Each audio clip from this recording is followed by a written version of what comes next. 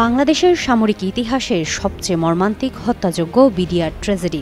দীর্ঘ ১৬ বছর ধরে অন্ধকারে ঢাকা ছিল এর নেপথ্যের রহস্য, পরিকল্পনা আর প্রকৃত সমন্বয়কারীর পরিচয়। কে ছিলেন এই ভয়ঙ্কর হত্যাযজ্ঞের মূল চালিকা শক্তি? কারা পরিচালনা করেছিল এই রক্তাক্ত মিশন? জাতির বুক চিরে থাকা সেই সব প্রশ্নের জবাব অবশেষে তুলে ধরল জাতীয় স্বাধীন তদন্ত কমিশন। অনুসন্ধানী রিপোর্টে উল্লেখ করা হয়েছে, বিডিআর হত্যাকাণ্ডকে একটি সংগঠিত ও পরিকল্পিত অপারেশন হিসেবে চিহ্নিত করা হয়েছে, যেখানে রাজনৈতিক ও বহিঃশক্তির সম্পৃক্ততার অভিযোগও উঠে এসেছে। কমিশনের অনুসন্ধান অনুযায়ী ঘটনাটিতে দলগতভাবে জড়িত থাকার অভিযোগে আওয়ামী লীগের নাম উঠে এসেছে এবং পরিকল্পনায় সমন্বয়কারী হিসেবে কমিশন যে নামটি উল্লেখ করেছে তা হল দলটির কেন্দ্রীয় নেতা শেখ ফজলে নূর তাপস। কমিশন প্রধান মেজর জেনারেল আ.ল.ম ফজলুর রহমান প্রধান উপদেষ্টার কাছে পূর্ণাঙ্গ প্রতিবেদন জমা দিয়ে বলেন, এই তদন্তে তারা চেষ্টা করেছেন ২০০৯ সালের নৃশংস হত্যাকাণ্ডের প্রতিটি প্রশ্নের উত্তর খুঁজে বের করতে।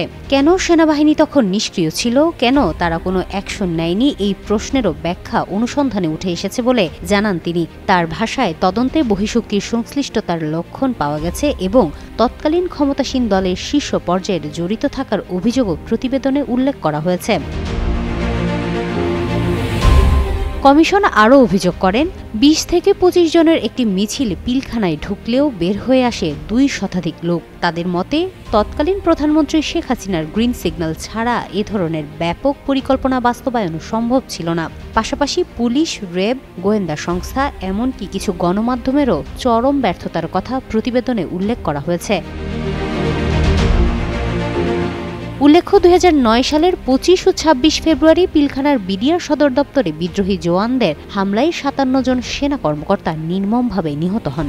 সে সময়ও তদন্ত কমিটি গঠিত হয়েছিল, কিন্তু রিপোর্ট জনসমক্ষে আসেনি। পরে রাজনৈতিক পরিস্থিতির পরিবর্তন এবং নিহত সেনা কর্মকর্তাদের স্বজনদের অভিযোগের ভিত্তিতে নতুন করে এই জাতীয় স্বাধীন তদন্ত কমিশন গঠন করা হয়। তাদের দায়িত্ব ছিল কারা হত্যাকাণ্ডে জড়িত, কারা সহযোগী, কারা ষড়যন্ত্রকারী, কারা বিদেশি বা দেশি শক্তির হয়ে কাজ করেছে এবং কারা ঘটনার প্রমাণ নষ্ট করেছে এসব চিহ্নিত করা।